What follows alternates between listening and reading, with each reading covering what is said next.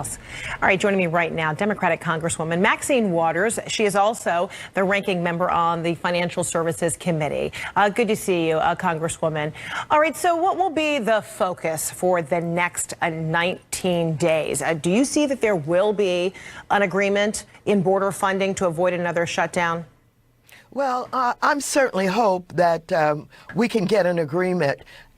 It's been too long.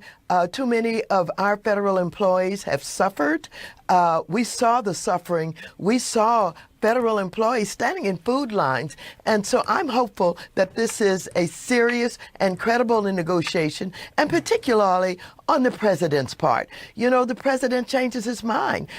We don't know if he's going to, abide by any rules of negotiation. As a matter of fact, I was stunned after he came out and announced that he was going to participate in opening up the government. He started to do the attack again, and basically he started to threaten, the emergency route. That's right. And even you heard from, McMilvaney, who said once again, while the president wants to keep the government open, they are exploring places where they could extract money to help justify this emergency declaration. So which is it? What is the sense you get from the White House in terms of how it will be participating in any negotiations where there is wiggle room?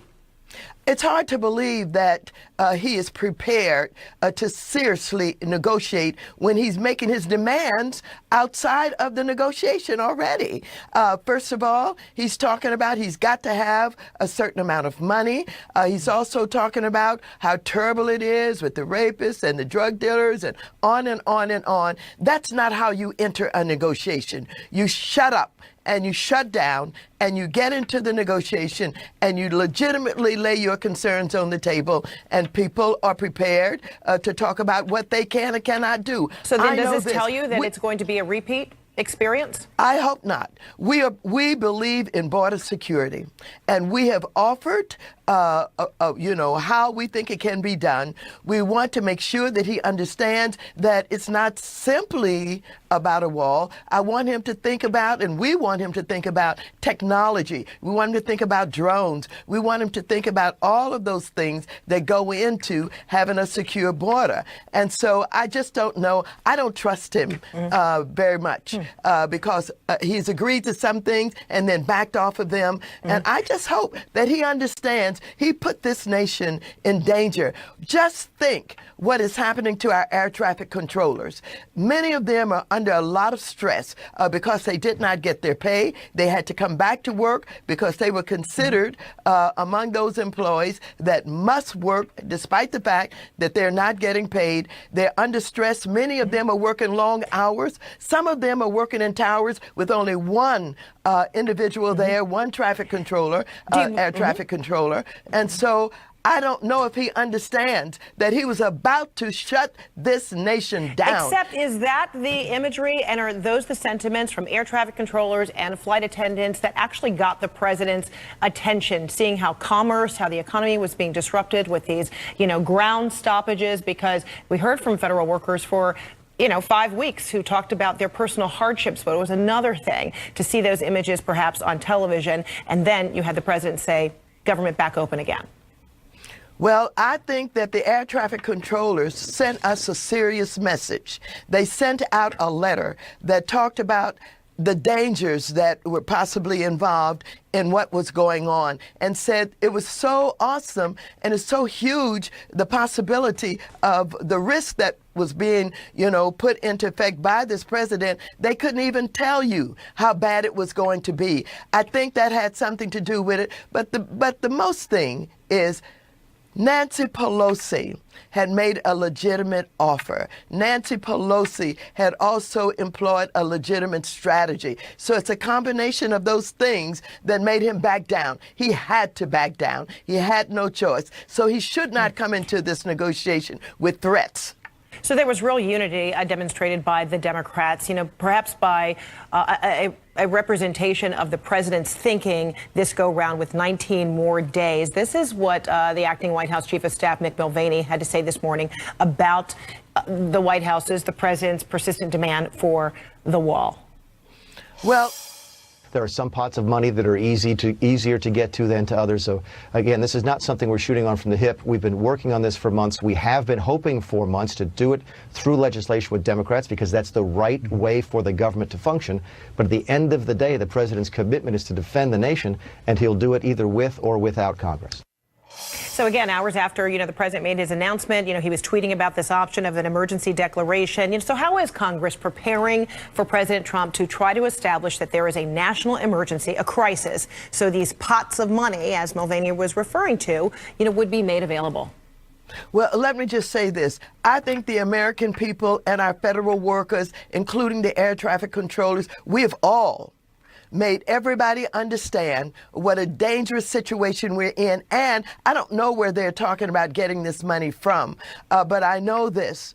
I know that even if they were able to find money that was not control of the Congress, they've had all kind of other issues to deal with, eminent domain issues. They don't even know the terrain. Are you talking about the land mostly privately Yes. owned along the Texas border? That's right. And That's there was right. some inference that perhaps from Mulvaney, money would come from Treasury or perhaps even Defense Department. And you don't see those as viable options? No, I don't. I don't have any idea what they're talking about. I've heard all kind of things, that he was going to take money from housing, that he was going to get money from places where there is no money. And so again, this president starts out bluffing and threatening all over again.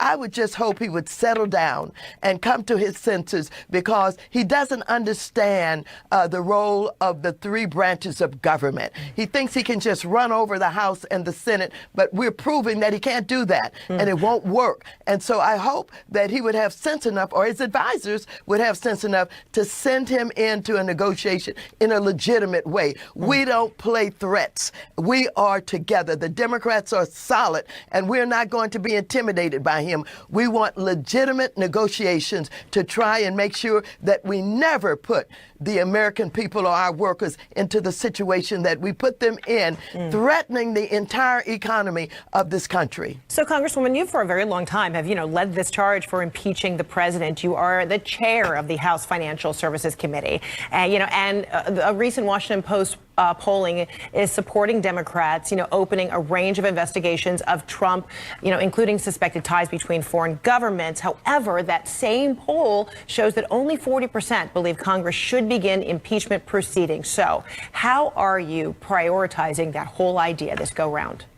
Well, let me just say this. I am pleased that I started the conversation early. I believe that the president early on had defined himself as someone who was incapable of being a legitimate president. And so I started the conversation. Of course, we got a lot of criticism. I got a lot of criticism, but he has been defining himself ever since. And you will hear impeachment being talked about more and more. 80% of Democrats believe that he should be impeached.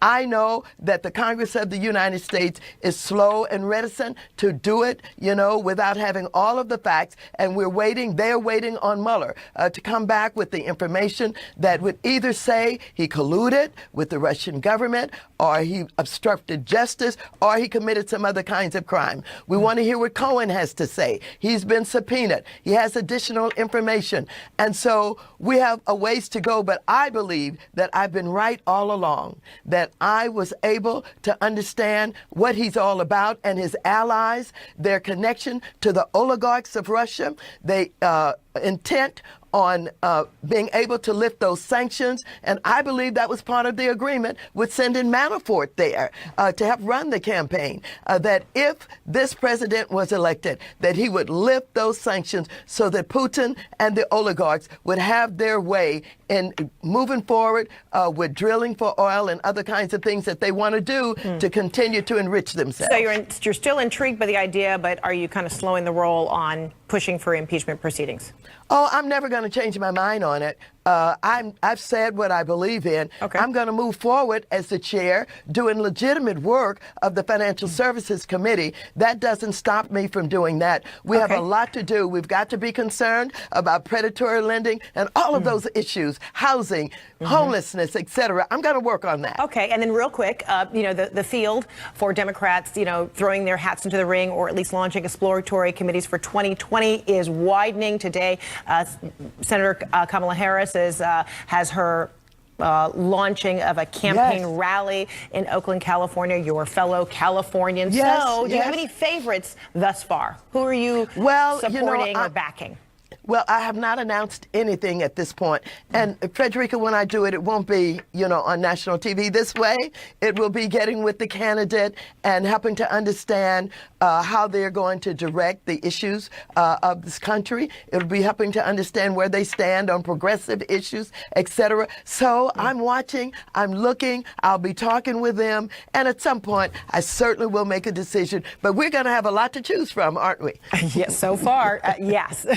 All right, California Congresswoman Maxine Waters, thank you so much. Thank you so very much. All right, still ahead, an about face from one of the president's allies, Roger Stone, now saying he is willing to testify in the special counsel's investigation. This as Stone's own longtime friend tells CNN he has no problem telling Robert Mueller the truth about Stone's link between Trump's campaign and WikiLeaks.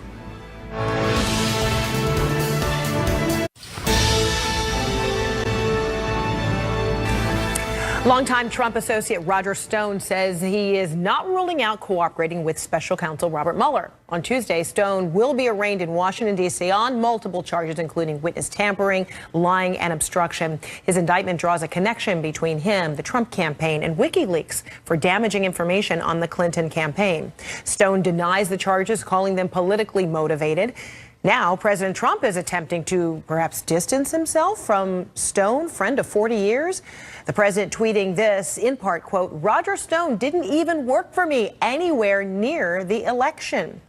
After repeatedly saying he would not testify against the president, today Stone now says he's open to testifying. Any chance you'll cooperate with special counsel Robert Mueller if he asks? That's a question I'd have to determine after my attorneys have some discussion.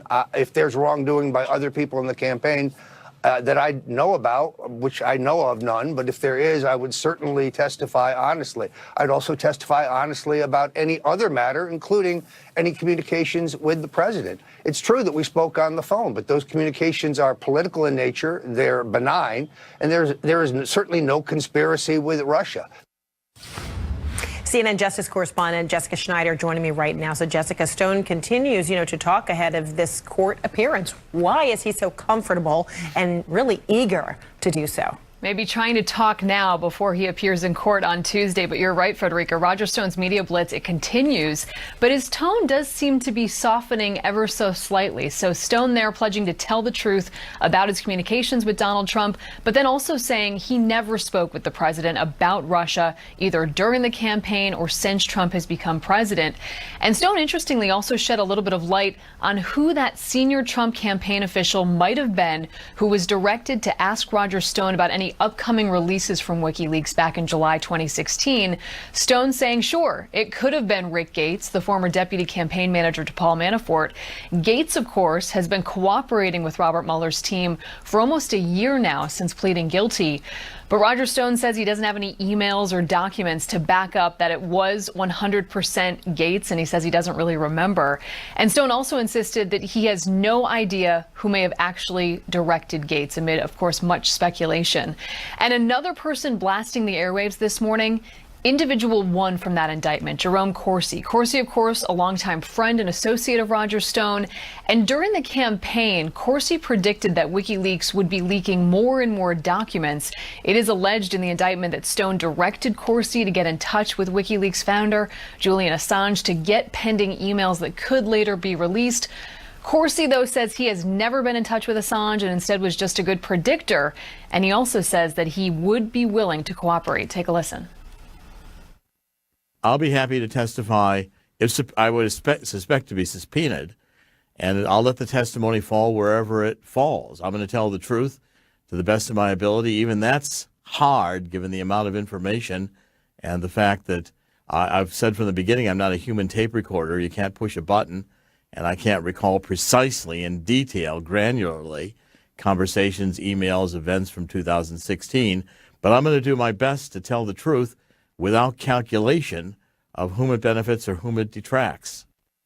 And Jerome Corsi, he's already been talking because he's been interviewed by Mueller's team multiple times, and he's actually said that he's already sat for 40 hours worth of interviews. Corsi and his lawyer, though, they do not believe that Jerome Corsi will be indicted.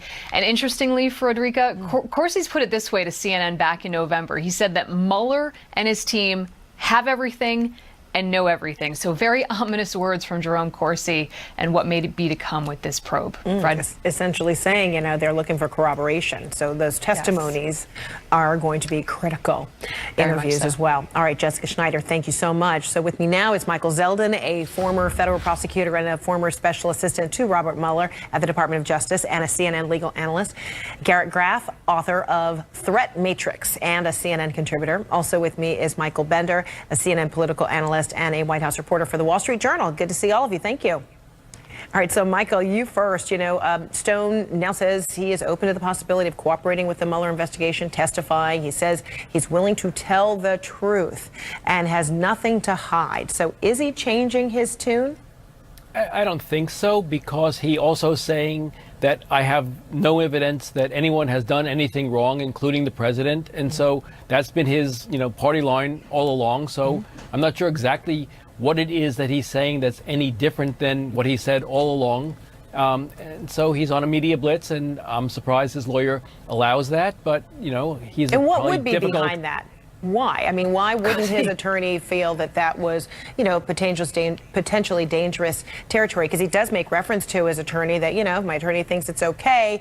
Yes, I'm willing to, tell the truth. And he's already said that he would be unwilling, to say anything that he believes was being coerced by investigators. Second to Donald Trump, Roger Stone may be the second most difficult client to control. I think that Roger Stone has been counseled by his lawyers, be careful out there, and yet he keeps talking. He's already indicated what his defense is to this case, which is, I may have lied, but I did so unintentionally. I forgot. It was immaterial.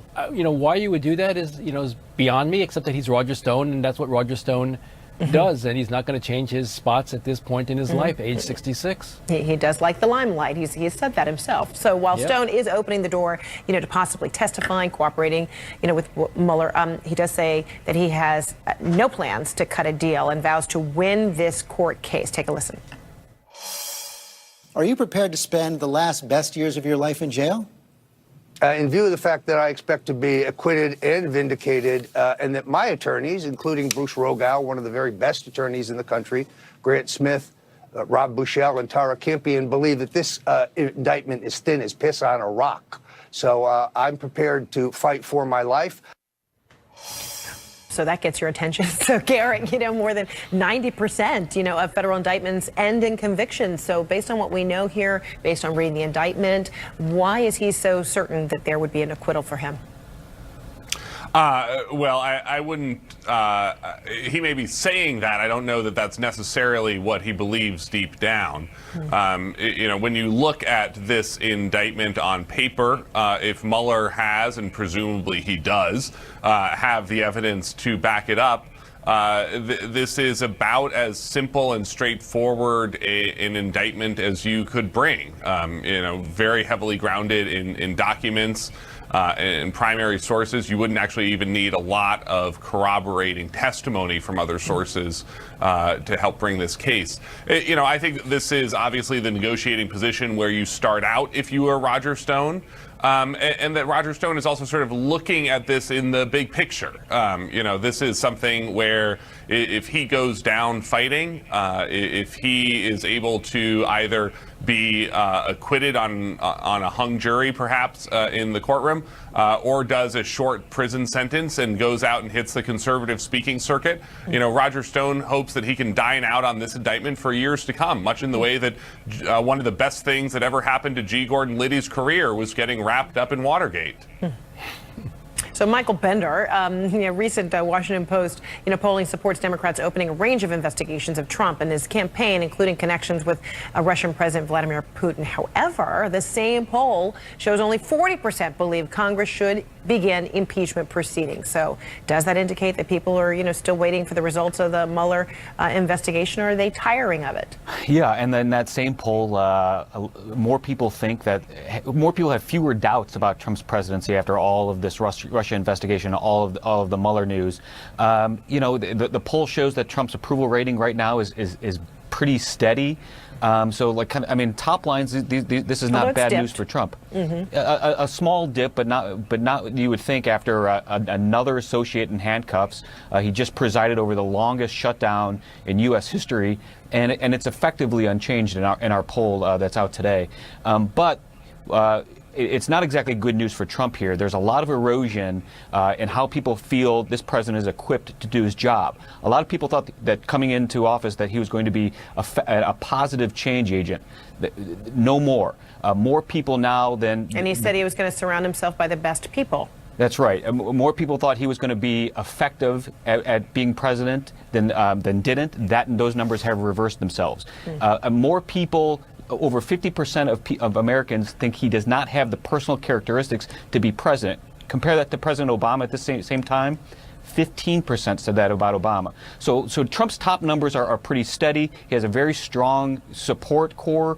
He's shown an incredible resilience, but we're seeing some churning underneath that should give this administration, this president, some pause. And then back to Roger Stone, he has said that he's not at all concerned that the president seems to be distancing himself from Stone, and says that his publicizing WikiLeaks documents was not against the law.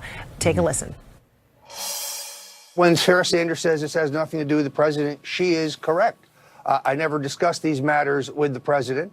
And everything that I did regarding trying to get as much public attention to the WikiLeaks disclosures among voters, among the media, is constitutionally protected free speech. That's what I engaged in. It's called politics, and they haven't criminalized it, at least not yet.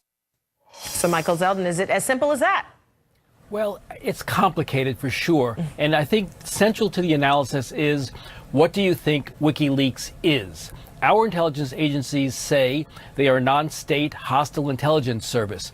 Many others, including Roger Stone, say it is a First Amendment media-protected organization. If it is the latter, then I think Stone is correct that his talking to WikiLeaks does not implicate any criminal conspiracy. If WikiLeaks, on the other hand, is a non-state hostile intelligence service, then talking to them may well be. And so Mueller may have to make a decision. If he's going to bring a case like this, does he want to fight WikiLeaks on First Amendment grounds, in the same way that they fought with the release of the Pentagon Papers? Mm-hmm. All right, we'll leave it there for now, gentlemen. Thank you so much, Michael Zeldin, Garrett Graff, Michael Bender. Appreciate it. All right, still ahead, Senator Kamala Harris is about to officially kick off a campaign rally in her hometown.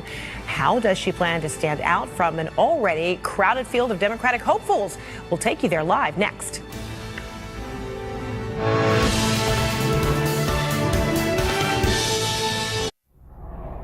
Women are tied up, they're bound. Duct tape put around their faces, around their mouths. In many cases, they can't even breathe. They're put in the backs of cars or vans or trucks. They don't go through your port of entry. They make a right turn going very quickly. They go into the desert areas or whatever areas you can look at. And as soon as there's no protection, they make a left or a right into the United States of America. All right, that was President Trump on Friday justifying to the American people why there should be a wall along the southern border. Keep in mind, the fight over a border wall is the entire reason the government was shut down for 35 days. Now it's back up and running. People getting back to work this week. So that argument the president has made many times in the past in an effort to illustrate what he calls the crisis at the southern border. But is that an accurate depiction of what's really happening at the border? CNN's Polo Sandoval has been digging into that, and he's joining me now with more. Polo. So, Fred, the president clearly has latched onto this idea that women and children are bound and smuggled across the border in that way that he just described here. We have been repeatedly trying to basically find evidence of that, turning to the White House to see if they can produce at least one or two specific cases of this kind of situation happening. So far, no response. We have, however, heard from some of those experts who deal with the victims of human trafficking, and they say the victims in this, the nightmares that they experience, just do not match what the commander-in-chief is saying. I wish him luck. It's President Trump's new go-to talking point in his attempt to convince Americans of his border wall. Build it and stop human trafficking in the U.S. It's at the worst level, human trafficking, in the history of the world. They come through areas where they have no protection, where they have no steel barriers, where they have no walls. And we can stop almost 100% of that. This was Friday in the Rose Garden as the president announced a temporary end to the government shutdown. He painted a vivid and startling picture of migrant women being restrained with duct tape and then snuck over the southern border.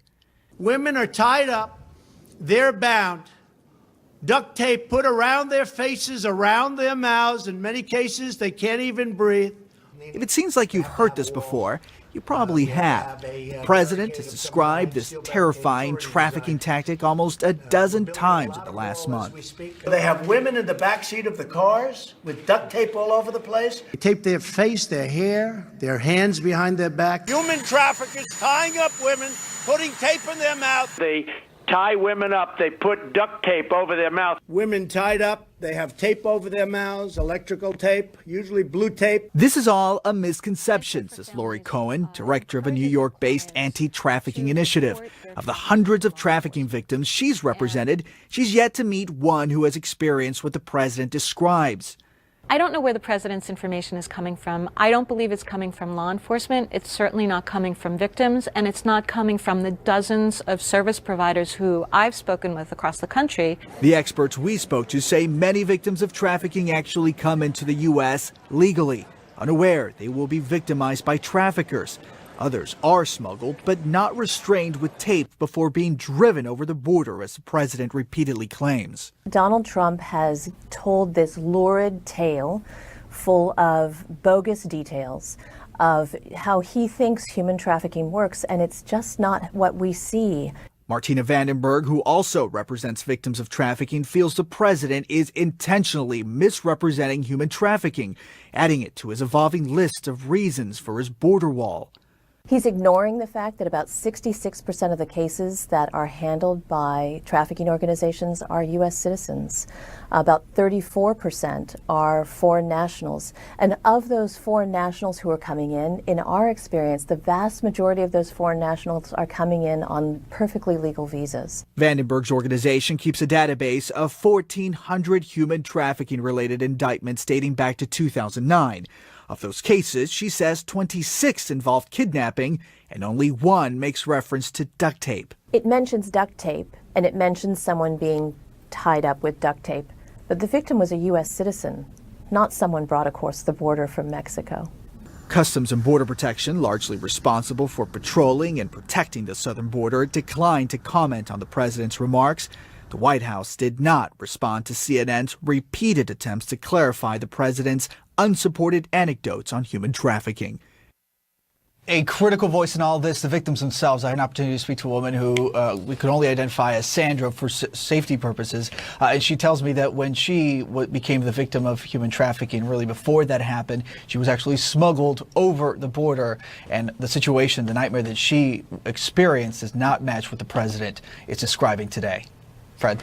All right, Paula Sandoval, thank you so much. And we'll be right back.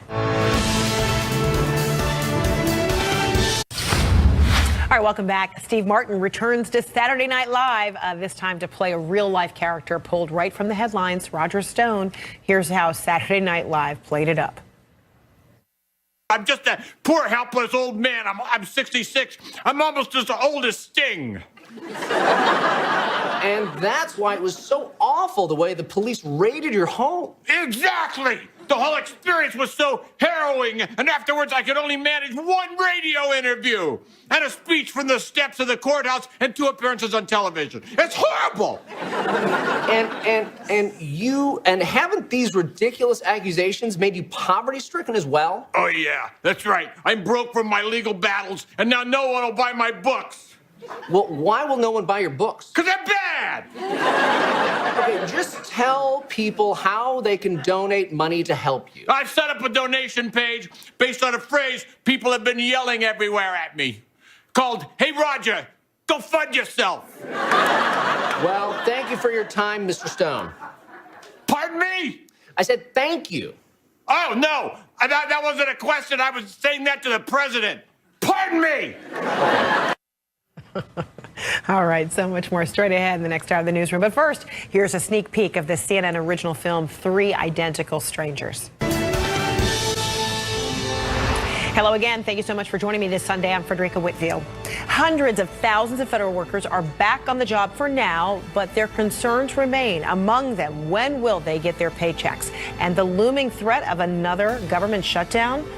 Democrats and Republicans have just 19 days to agree on a bill to fund the government past February 15th. If they cannot, the president has threatened to use executive action to fund his border wall. And while the government has reopened, the damage is already done. That historic shutdown cost the U.S. economy at least $6 billion, according to a new report by Standard & Poor's Global Ratings. That is more expensive than the president's border wall request. So, was the shutdown worth it? And where do things go from here? Lawmakers on both sides weighing in this morning. Shutdowns are never good policy, ever. They are never to be used as a means to achieve any kind of goal, no matter how important that goal may seem to be. We cannot have the threat of a government shutdown hanging over our people and our economy. We all know that these workers were held hostage by the president. We all know it's a strategy the American people abhorred, and that's why the president had a cave.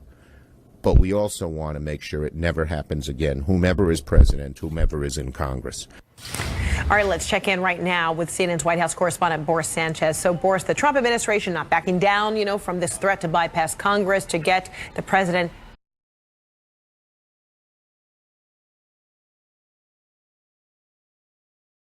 President's long-promised border wall. One of those options is declaring a national emergency, as the president has threatened to do previously, to get that border wall funding. He hasn't taken that step previously because it's unclear it would actually work. Democrats have already promised that they would try to block that attempt in court. The other option is essentially to look for funding elsewhere in the federal government. Whether in different agencies like the Treasury or the Department of Defense, there are forfeiture funds, different places the president can get revenue from for his border wall. The problem there is there's simply not enough. They're a drop in the bucket of the $5.7 billion that the president has been demanding for his border wall. So essentially for the president and his team, it's back to the drawing board and threatening another shutdown, essentially a repeat of the last 35 days if the president doesn't get what he wants from Democrats in a couple of weeks. It's unclear exactly how the president or his aides believe that he has more leverage now, or how things would play out differently a second time around. But as the acting chief of staff, Mick Mulvaney, said on one of the Sunday morning talk shows, the president is determined. Listen to this. Is the president really prepared to shut down the government again in 3 weeks? Yeah, I think he actually is. Keep in mind, he's willing to do whatever it takes to secure the border. He does take this very seriously. This is a serious humanitarian and security crisis. And as president of the United States, he takes the security of the nation as his highest priority. He doesn't want to shut the government down. Let's make that very clear. He doesn't want to declare a national emergency. Now, Mulvaney insisted that the president is standing by that $5.7 billion that he wants for the border wall. He did say the president is not married to that number, though. He would not specify what the president would accept to essentially just leave the issue alone, let the government keep running, and focus elsewhere on domestic policy, something that sources, aides here in the White House have told CNN the president hasn't really brought up. Mulvaney apparently has approached the president about taking on rising drug prices, infrastructure. It appears the president is simply not interested. He is fixated on this border wall, Fred. All right, Boris Sanchez, thank you so much. All right, joining me right now, Democratic strategist and CNN political commentator Maria Cardona, and Republican strategist and CNN political commentator Doug Heye. Good to see you both. All right, so Doug, Mick Mulvaney, said the president will get the wall funding with or without Congress. So how can he argue this is a national emergency? You know, if the president has been threatening this for weeks and resorting to it only because he's not getting it in the budget. Yeah, I think that highlights the problem that the president has here and part of the frustration that Republicans and Democrats feel on this. This was a negative process for everybody.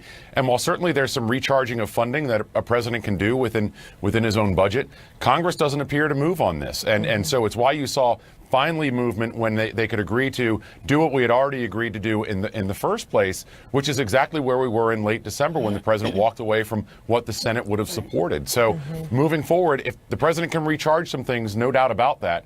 But short of that, it looks like we're going to either have a shutdown or border security in the eye of the beholder, where Trump can say, I got my wall, and Democrats say, no, you didn't. But how can the country afford to go through this again, Doug? We can't.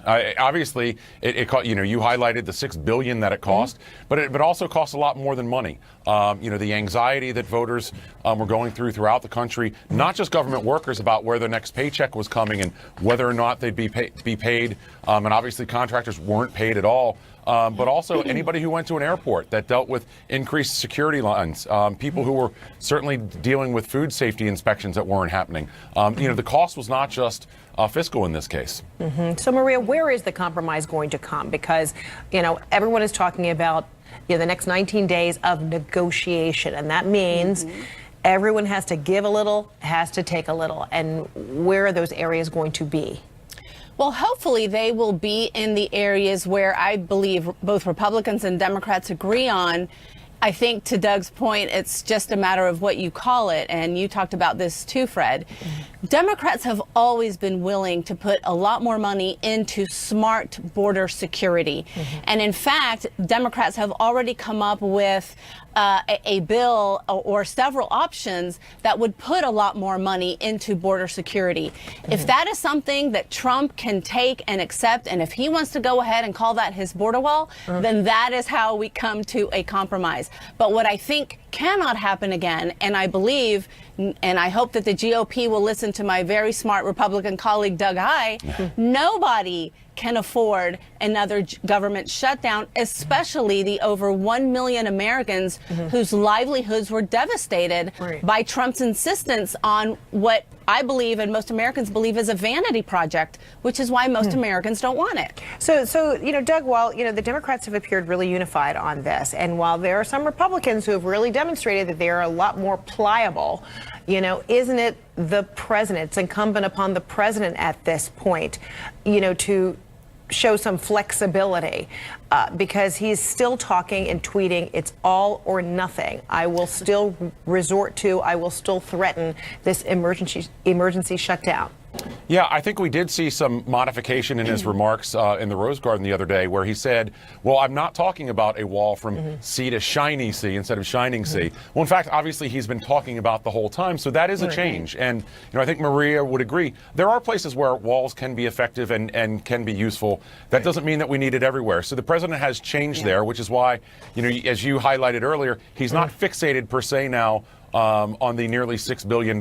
So there is wiggle room. There are places where they can negotiate here, and it's time for the president to be that great negotiator that he's always told us he is. Yeah, and I meant to say emergency declaration. So I spoke to Democratic Congresswoman Maxine Waters earlier, and this is what she had to say about the shutdown and moving forward. It's hard to believe that he is prepared to seriously negotiate when he's making his demands outside of the negotiation already. First of all, he's talking about he's got to have a certain amount of money. He's also talking about how terrible it is with the rapists and the drug dealers and on and on and on. That's not how you enter a negotiation. You shut up and you shut down and you get into the negotiation and you legitimately lay your concerns on the table, and people are prepared to talk about what they can and cannot do. So then does this tell you that it's going to be a repeat experience? I hope not. We believe in border security, and we have offered how we think it can be done. We want to make sure that he understands that it's not simply about a wall. So, Doug, has the president been weakened, with all of this by demonstrating that perhaps he's not the negotiator in chief? Yeah, he sure has. I go back to the 2013 shutdown when I was working in House leadership, and it was a mirror image of where we are today. We had a Republican House, but a Democratic Senate and a Democratic president. A lot of Republicans thought then that we somehow held leverage by having what John Boehner would call 1/2 of 1/3 of government. And the reality is, in this case, because Donald Trump said we can call it the Trump shutdown, that we saw Democrats able to use leverage that they wouldn't normally have by having 1/2 of 1/3 of government. It's a really surprising turn of events, but all created essentially by the president walking away from a deal that the House and Senate were going to support and saying in advance, you can call it the Trump shutdown. He defined the terms of this before we even started. Yeah. So, Maria, do you think the president is at all reflecting on, mistakes made, what you learned from this experience? You heard Nancy Pelosi, who said, he's demonstrating that perhaps he doesn't really have a good grasp of how things are going, but perhaps this was a teaching moment for the president. Well, I want to say that I hope so, but we know who this president is and how he works, and reflection in terms of past bad deeds or mistakes. It doesn't exist within his persona. He has said it himself. And so I think what is something that we haven't really talked about, Fred, is the possibility that because Republicans really do not want this to happen again for a whole slew of reasons, one of which is political, because many of them are up in 2020 and they saw what this did to them politically, but I think they also saw what this did to people's livelihoods, and they don't want that to happen again. It's very possible that if we come to a resolution, to some kind of compromise, both Democrats and Republicans, and the president says he won't sign it, what if we come to a veto-proof majority that then can say, well, look, we believe this is what's best for the country, so sorry, Mr. President, you're wrong on this one. That would be the smart thing to do for Republicans if in fact this continues to be an obsession for this president and doesn't want to sign what has been hopefully we come to as a compromise. So quickly, Doug, do you see this as the potential moment where the Republicans or Trump's influence on the Republicans could potentially be eroding? Well, there is some erosion, but the difference is what's public and private. What Republicans tend to say privately is very different from what they say publicly. That's all a reaction to their voters. All right, Doug, hi, Maria Cardona. We'll leave it there for now. Thank you. Thanks so much. All right, still ahead. Kamala Harris set to formally kick off her presidential campaign with a rally in her hometown. How will she stand out in a very crowded field of Democrats? We'll take you there live next.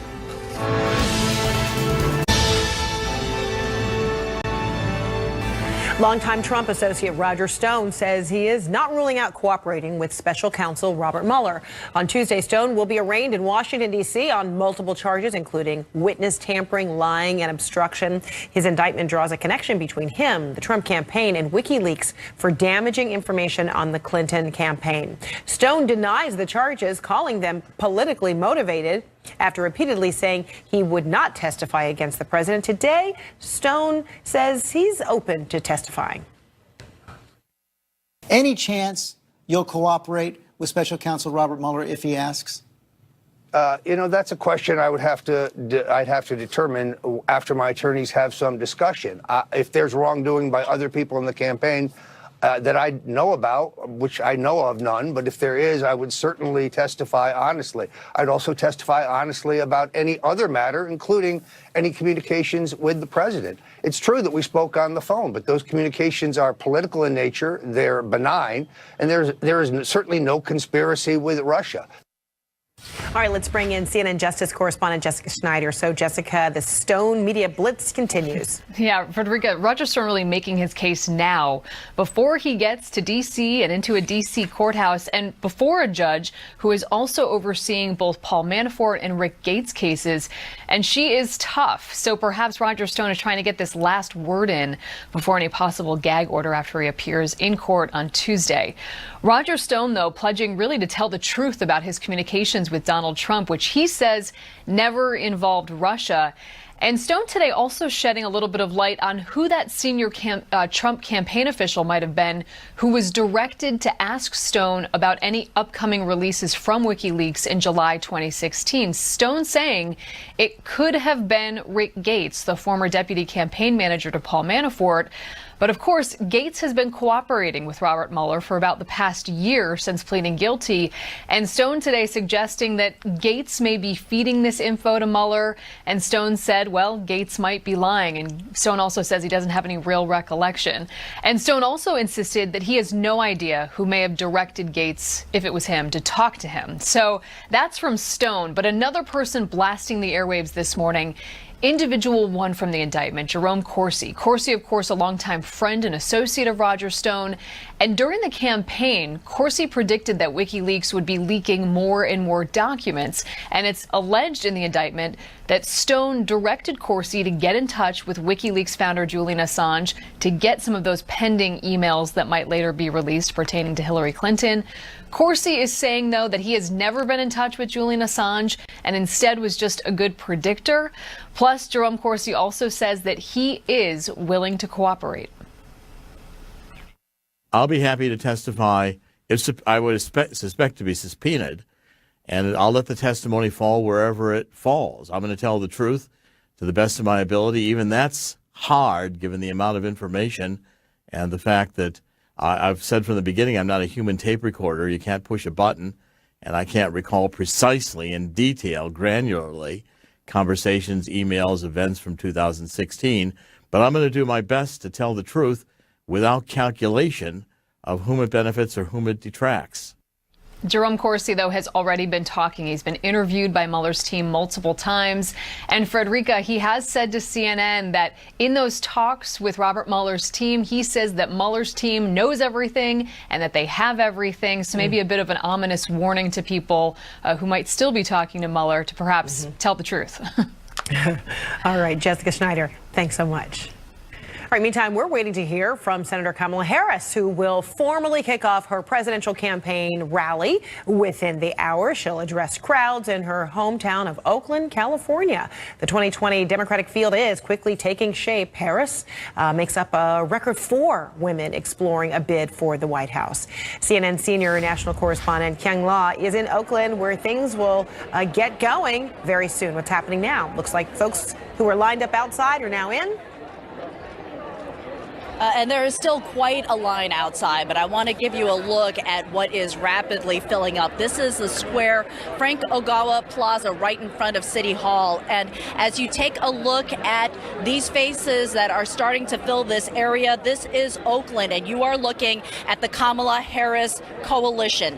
This is why she says that she is best poised to lead, that she has the credentials as well as a biography, and this rally will be steeped in the symbolism of diversity, that Oakland is the place where she was born. It is a place that has for decades been a place known for protests and has continued that charge through the Trump administration. This is where she began her career as a prosecutor, where she first said the words, Kamala Harris for the people. It is now her campaign slogan. So what will she talk about in her campaign? It is going to be populist in nature, and it will be unapologetically populist. Here are the 5 points that the campaign says in excerpts that were obtained by CNN prior to her giving this speech. She'll be hitting on these 5 points: that she wants to seek Medicare for all, a middle-class tax cut, access to education, that includes universal preschool as well as debt-free college, criminal justice reform, and fighting climate change. One of the words that she will be,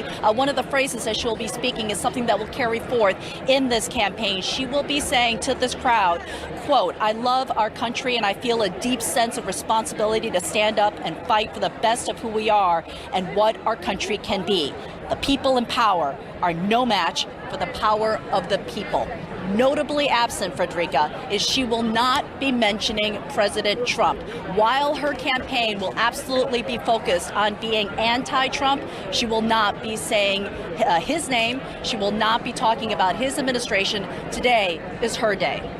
Frederica? All right, Kyung Law there in Oakland. And of course, we'll be coming back to you. We do expect to hear from the senator live at that venue in the next hour, and we'll take you there as it all gets underway.